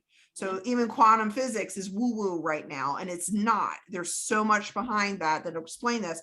But until we get to jump the shark, so to speak, of the woo-woo, it's still in woo-woo. And that's one of the things that frustrates me the most about mediumship in terms of where it is now. I don't like it that it gets put into that category. But again, we're where we are in terms of like what we know scientifically, physiologically, biologically, neurophysiologically. This is just where we're at right now, and we just got to make the best of it. And the best we can make of it is giving evidence. And that's why I train. That's why I try really hard to get more specific.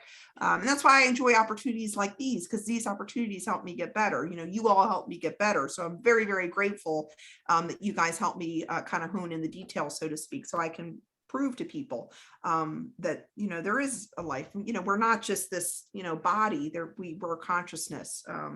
And that brings so much comfort to people, because if you know you're this immortal, wonderful, perfect being, well, you're like, I got this, you know, versus when we're kind of in our own little bodies and our own little minds, we kind of feel like in that box and very limited. So yeah, so thank you. I don't know if I go on these tangents. I don't even know if I answered your question, Kate, but Totally did. hopefully somewhere in there I answered it.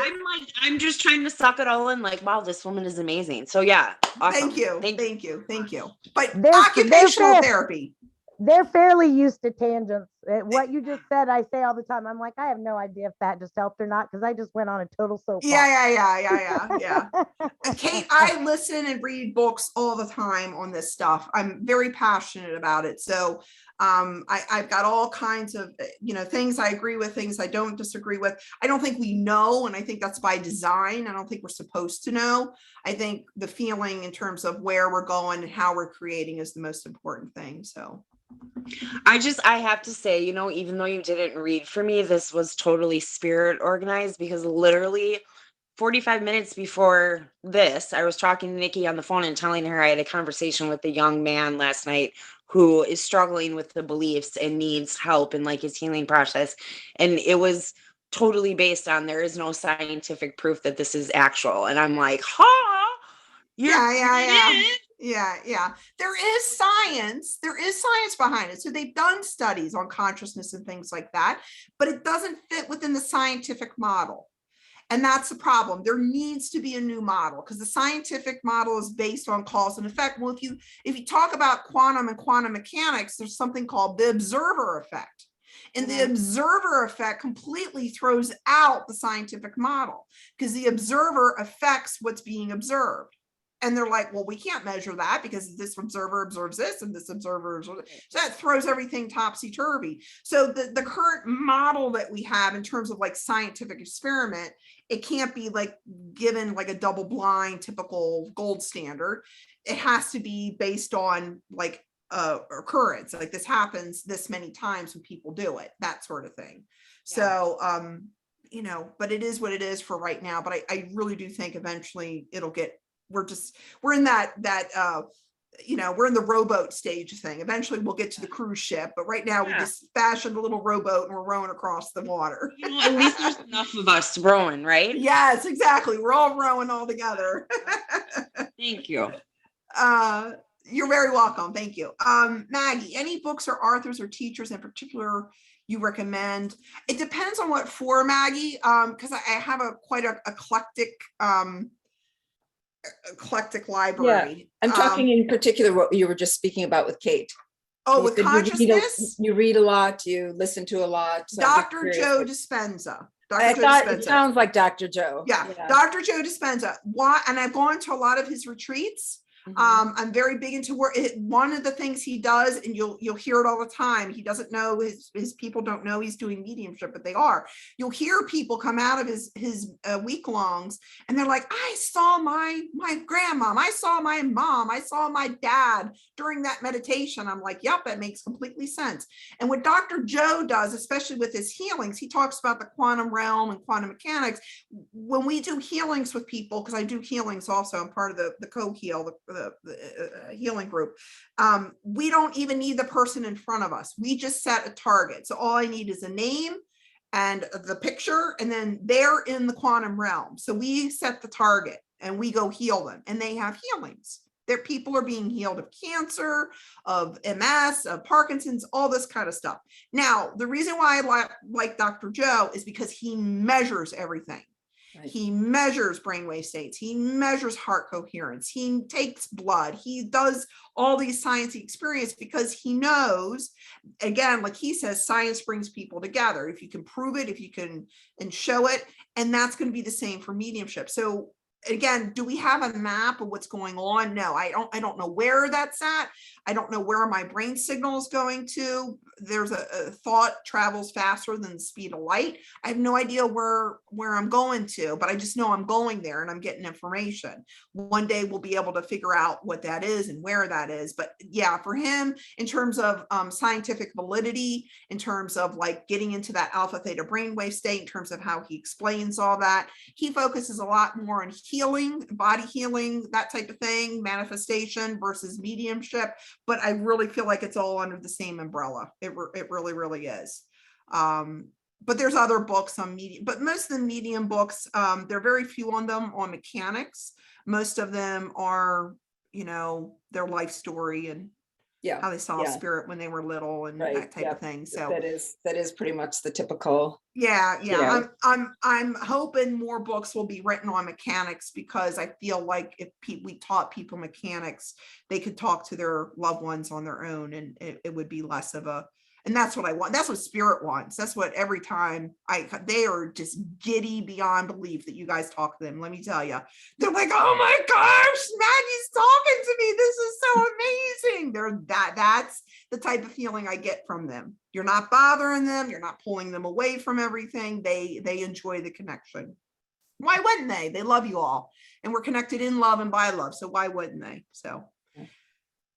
Thank you. You're familiar with Dr. Joe then, Maggie? Yeah, I am. Breaking the Habit of Being Yourself, I think, is a really good book if people are interested. Yeah, I think that's sort of his introduction to a lot of this, particularly the brain waves. And Becoming Supernatural is the more of the, if I'm going to put it in a category, that's more of the woo-woo-ish of the books. But yeah, that's a good one as well.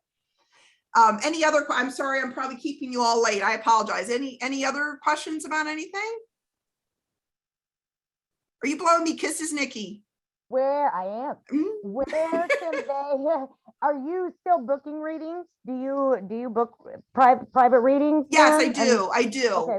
Where can they find you at? I don't have a website, and that's completely intentional. I've had websites before; they're a pain in the butt to manage. So I don't have a website. I don't either. I don't like them. I don't like, because when I did hypnosis, I did a website, and it was a pain to maintain. And nobody looks for me on websites anyway. Everything's word of mouth. So I have scheduling links. I do have a Facebook page. It's called You, Me, and Spirit. That's the name of my LLC, is You, Me, and Spirit. And there's a Facebook page in that. On the Facebook page, there is a Calendly link. I do continue to do free readings for parents. I have not opened that link up yet. So just because as soon as I put that link up, it usually books out, and it's full within a year. And then I can't make plans, and then I end up canceling and rearranging. So I'm trying to make sure I guide that a little bit better. But I do still offer, and Nikki, I can provide you all the links if you want to, and then you can just post them if that's okay. Yeah, you can do that. I'm going in and posting it. I took a screenshot of your Facebook page that I'm posting right now for them. So, but yeah, if you could send those to me, that'd be awesome, and I'll post them for you. Yes, awesome. Yeah. And thank you for asking. I purposely, the way I have things now, just to give you guys a little bit of personal information. I am a homeschool mom, so I homeschool my kids. I work on the weekends as well, so I still have my day job, so to speak. So I try to keep mediumship involved. I'm very, very passionate about it, but I'm definitely trying to keep that, mom, wife, work balance type of thing. So it's not that I would do this all day long, but then my husband's like, hey, I haven't seen you in a while. You need to, re-enter. You got to get out of the spirit realm for a while and come spend time with us. Yes. But again, I'll give you the links, Nikki, and then I appreciate you sharing them with me or sharing with them other people. So. Absolutely. Any other questions before I log off with you? I've had an absolute blast. You guys were amazing. Had awesome energy, as they say. I enjoyed talking with you. Of course, I get all geeked out when you start talking about spirits and science. So I could go on forever. So I'll get all geeky about it. So any other questions though before I sign off with you guys? Please invite me again, Nikki. I had an absolute fabulous time. Absolutely. We'll get you into the big group and have you present too. And and absolutely. Thank you so much for being with us tonight. And you're so welcome. Super appreciate it. You have an amazing energy, a great glow about you. And it's great to see you. Great to see your face in person. I know, like well, as sort of in person as you can get nowadays, as far as Zoom. So So thank you all so much. I appreciate it so much. Have amazing holidays. You too. Merry Christmas, happy holidays, and happy New Year. Thanks, Marie. Merry Christmas. Bye bye. Okay, guys. So for light housekeeping, today's Sunday. Tuesday, Kate is doing winter solstice rune readings. Wednesday, the 22nd, we will have grief coaching. And then we're moving into holidays, of course. So I'm going to be posting about what we want to hit in grief coaching Wednesday night. This is the week, guys, to step up your healing activity. It's a good week to start sitting down and connecting, doing some energetic work, doing some grounding, some cleansing, staying present. Go into that healing activity topic and pick some of those out and work with them, okay? If you're down in it and you want to stay down in it, that's perfectly fine too, because the only way out is through, and you have to feel it to heal it, ladies. So wherever you're at is perfectly okay. If you need extra help, you guys know how to get a hold of me. You can always post in the group, because if you're feeling it, I guarantee somebody else is too. Okay, you're not alone in this. The kids are with us. If there's ever been this has been a great program this year that Spirit brought. I've not done a mediumship showcase, and this is the first time that I've done this program this way, and I think that it has been extremely healing. Remember, if your child has not come through yet, ask them to step it up. We got loud kids in here, guys. They're probably all butting in on one another. So, don't forget that you can schedule your free reading with Kat Lynn. If your child did not come through when you were on with Terry also says get a hold of her. Marie also has her booking for free readings for bereaved parents. So lots and lots of options. And lots of piggybacking has been going on too. I've noticed with like every reading, because there's not enough time for everybody to come through, but boy, howdy, they all just kind of smush together and at least. Readings are being gifted in the big Healing Warrior Parents group. So make sure you sign up for all those giveaways. They are. We're Warrior Parents United purchased a reading with Rachel, a reading with Mike, and a reading with Terry so far.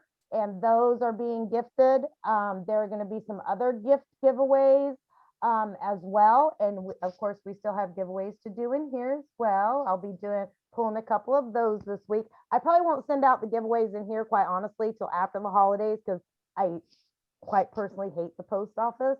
And the post office in December is even more my nemesis. So it may be because I have to ship those things personally because I purchased them for the programs to give away.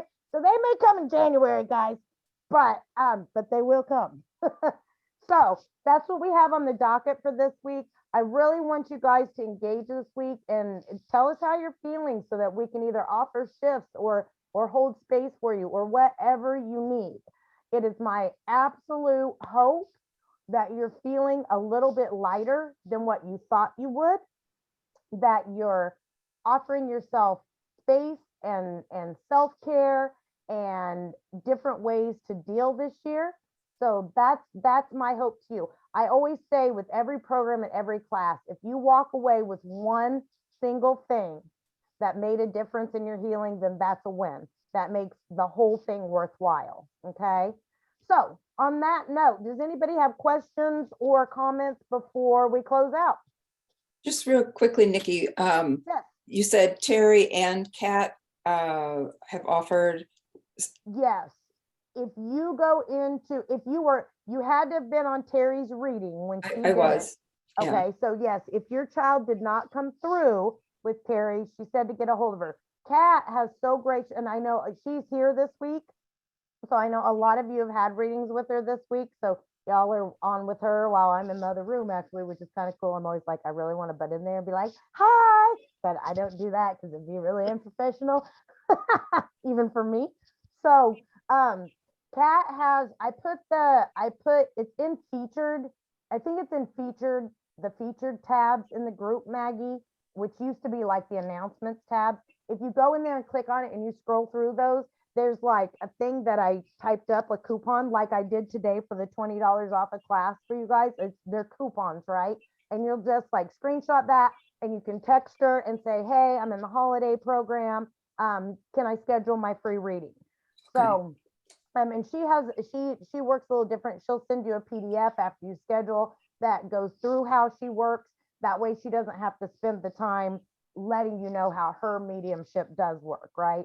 Okay. So yeah, either one of those. And like Kathy said, keep a big eye out because we have so many mediums that help with Warrior Parents United. You know, Kat is always, she has been giving and giving and giving to WPU since day one. Terry Collette does a free reading drawing every single Friday in the big group. So, you know, Marie works for free with bereaved parents, and that to me is of utmost integrity when you see mediums that are paying it forward and giving it back. You guys know me. I do a lot of that myself. I give out a lot of spaces and I donate a lot of time, and those are the people that I'm drawn to work with, because I think that that's a lot of what this work is about, you know. Right.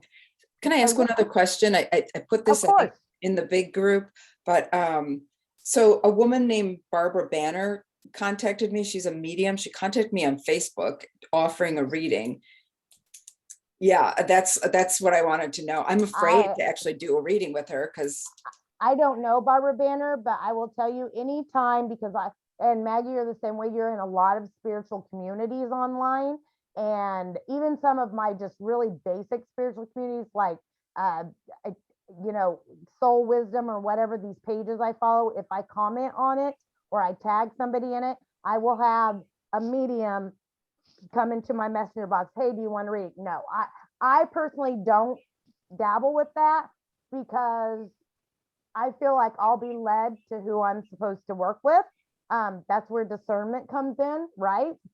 So you might kind of dabble in researcher and see what you think, but I would never, and the mediums that I've worked with would never just rant unless it was like unless your kid was really just hammering them, they're not going to reach out and say, hey, do you want a reading? Like that's bad marketing to me. Well, and most of the good mediums are so booked, they don't have time to be trolling groups looking for people posting like that. In looking at her website, I get the sense that she's starting out and trying to build a base. My concern is that all she's got to do is read my Facebook page, you know.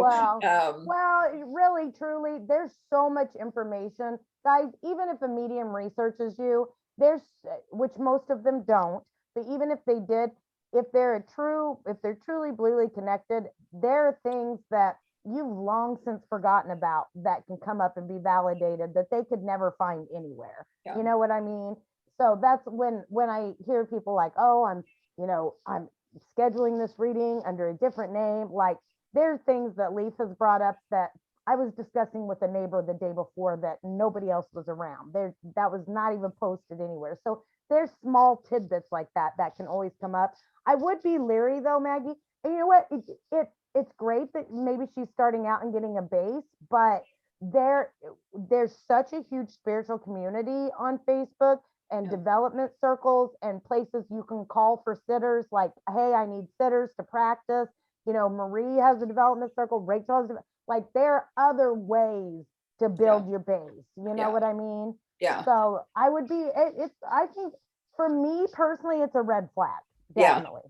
Well, if you guys can believe this, I have not actually had a medium reading yet of my own. I know. Blows my damn mind. I have a couple scheduled coming up. Good. I think it'll be good timing for you too. I do think it'll be good timing. I would call that a red flag. You have access to, I mean, really, it's, and I'm just like Marie, I don't have a website. I depend on word of mouth too. Guys, really in the bereaved parent community, I truly believe that is one of the best ways to discern, you know what I mean? Who you're being guided to and stuff, because, I have 5 years out now. I've had several readings. I've had readings, they're great big name readings that I've had that have been amazing. There are readings that I've gotten for free from people that are not charging, that have been just as phenomenal. You get out into the mainstream of it and people are like, oh, you have to pay $300 an hour for a really good reading. No, you don't. Okay. No, you don't. You do not have to do that. Are they good? Yeah, they're going to be good. But I have worked with, and I've had readings by, underdog people that don't have a following and don't have a name and that are up and coming, that have given just as evidential readings. Yeah. So word of mouth is always going to be a really, really, really good tell on that. Yeah. If you go into the big group, Maggie, if you go under topics, there is a topic of recommended mediums. Marie's on there, Kat's on I have to add Mike to it now, actually. But you'll see the feedback that people are giving you for all different kinds of people. There are people on there that I haven't personally had readings from, but others have. And if they will vouch for them, then, I think it's worth a try. Absolutely. The only other reading I had scheduled was right before Michael's first anniversary this past July. She was $795. Who was that? Carolyn, I don't know. Kate, do you know her? I'm like, wait, did you say 700? Yeah. And I was desperate at the time. At $795, all of us should know who the hell she is. Exactly. Well, she actually came very highly recommended from friends who know her. But here's the interesting thing. I was choking on that amount, but I was also really desperate. And that amount was really rubbing me the wrong way, because it felt like extortion of grieving parents. And she's a medical intuitive and all this. So she calls me the morning of the reading, which I am, desperately waiting for, and says, I have a medical emergency reading. Would you mind booking out? And she books out like 6 months to a year. And she's like, could we reschedule? And I was like, that's the sign. I said, you know what? I'm just going to cancel. No doubt, girl. Yeah. Well, and also, Maggie, a lot of these mediums, if you research them a little bit on Facebook or elsewhere, you'll find there's so many of them doing live gallery readings now on Facebook and TikTok and Instagram. Like Thomas John, I thought he was so great. I loved his show on TV, Seatbelt Psychic, where he would do readings for people in an Uber situation. And I started following him on Facebook. And I mean, this guy charges $1,400 an hour, and he's booked out like 18 months before you can even get to him. So I started following him on Facebook and found that he does Facebook live videos once or twice a week. And I started watching some of his live videos. He's a fucking jerk. I'm like, dude, you might be a medium, but you're a fucking jerk. Why would you treat people like this and then expect them to give you $1,400 an hour and wait 18 months for this? Are you shitting me? So follow some of the people that you're interested in Yeah. and get their videos. And even if you just lurk in the background on their videos, you don't check like or anything like that, so they have a chance to connect with you or whatever, you can get a feel for how they work with other people. And you might find that you don't even like their energy at all. Yeah. Yeah. And that's the thing, guys. $800 for a reading. Come on, she knows that there are desperately scattered people that will pay it, and you don't have to pay that. You don't have to pay that. Yeah. Like I said, I was desperate at the time, and yeah, of course. I think most people are. That's why they contact a medium. Yeah. But now you're in community, and you have so many resources at your fingertips that you can trust, because I feel like you trust us, right? Yes. And Kathy and I, we've done a lot of work. Because there have been some not so great people, and we've kind of vetted them and weeded them out. So, now you just have a plethora to choose from. Yeah. Thank you. Thanks, you guys. You're welcome. So, good question. Anybody else have anything?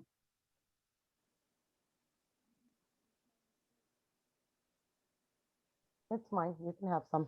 Sorry, Omri needs ham. You can have ham. Anybody else? All righty. So, readings with Kate. What time, Kate? 7 p.m. Eastern Standard Time on Tuesday for winter solstice. Wednesday, we will do grief coaching, and just get active this week, guys. What you put in is what you're going to take out of the program. Rose, did you want to say? I did have a question. I know that one of the nights there was a dinner. I don't know who was hosting that.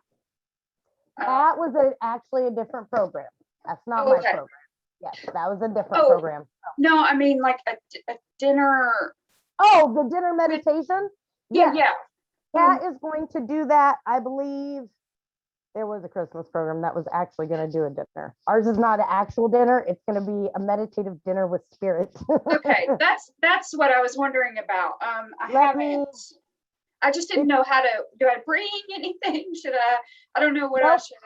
Nope, it's going to be, it's a meditative dinner. Okay. Don't y'all be bringing food on this stream. Okay, that's what I'm going to want to eat it. I'm going to want to eat it all. Right. And then I'm going to have to cook and eat it all myself. Okay. What that's going to look like is, let me find, where's program schedule? And see, I probably could have just done that and avoided the question altogether. Nope, that's all right. That's all right. What that's going to be, okay, let's run through this week. Tuesday, Kate is on at 7 p.m. Wednesday, I am on at 6:30 p.m. What do you guys want to do for theme this week? Do you want to just do like, you can bring your favorite Christmas mug and drink your wine, blah, blah, blah, whatever. I'll post it. Kat brought me down like 8 billion different really neat Christmas cups. So I'll drink out of one of those. So Thursday, and I want to double check with her because it was tentative. I think she's still planning on doing it. It's going to be a guided connection Christmas dinner in the heavens. So she'll do guided connection with the kids, and it's going to be your sit down Christmas dinner with them is going to be the setting for that. Okay.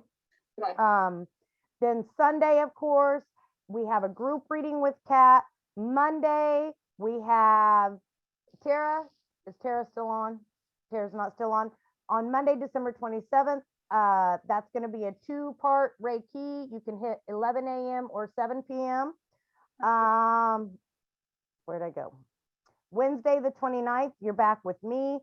Saturday, January 1st at 1 p.m., there's going to be an energetic healing session.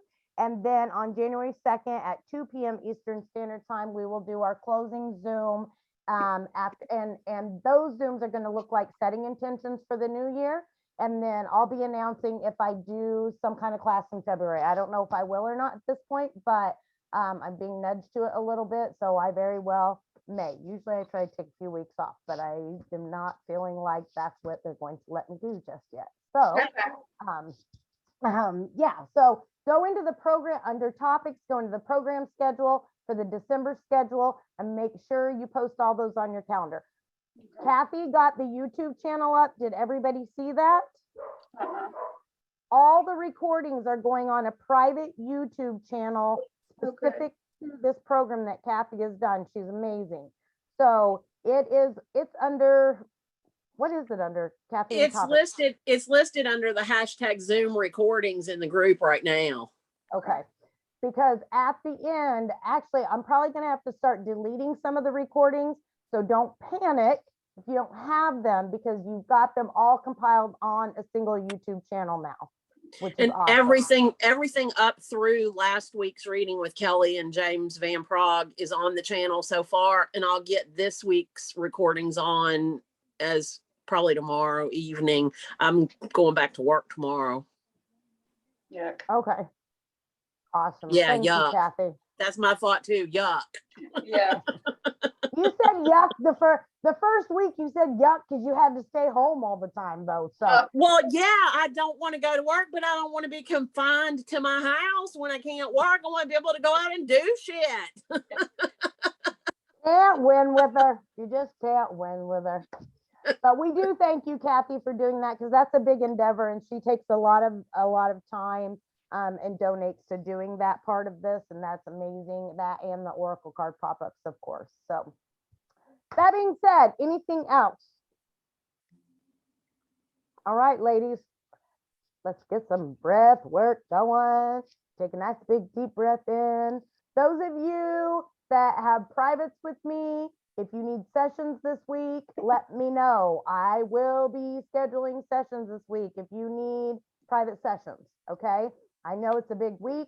I'm slowed down here at the house and I'm setting aside time for that. So if that's something that you need to do, please reach out and let me know, all right? So that being said, everybody take a nice big deep breath in. And exhale. Close your eyes. Visualize and repeat after me. Archangel Michael, Archangel Azrael, please come down. Please come down. And cut all energetic cords. And cut all energetic cords. That lower my vibration. That lower my vibration. That feed me toxic energy. Feed me toxic energy. That take away my power. That take away my power. And that do not serve my healing and highest purpose. And that do not serve my healing and highest purpose. Please rain upon me. Please rain upon me.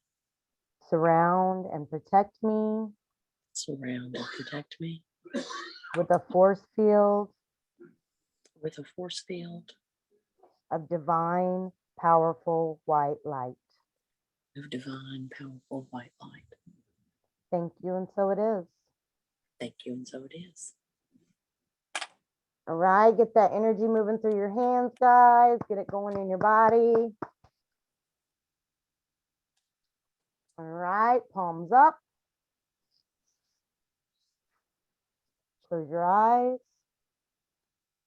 And visualize and say, I call all of my power back to me now. All of my power back to me now.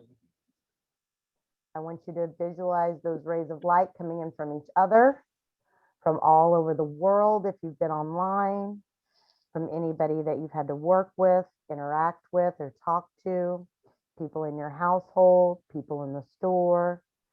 All the power that you've given away in some form, you see coming back in rays of light that center into the palms of your hands. As it centers there, you may feel hot, tingly, warm in the palms. As it hits the palms, it turns to liquid and it starts filling up the cavity of your flesh. It runs down through your forearms and into your elbows, up into the upper arms, into the shoulders, into the chest and neck space where it moves up through the head.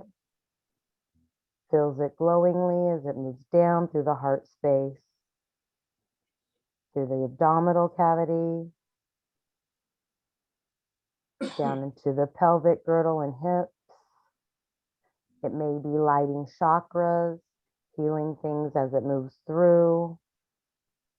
The light then flows down into your thighs, to the knees, makes its way down into the calves and the heels. And it flows and glows to the tips of your toes.